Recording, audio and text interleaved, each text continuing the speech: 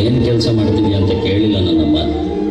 ಏನಾದರೂ ಮಾಡಲ ಮಗ, ಯಾರಿಗೂ ತೊಂದರೆ ಕೊಡಬೇಡ ಅಂದರು.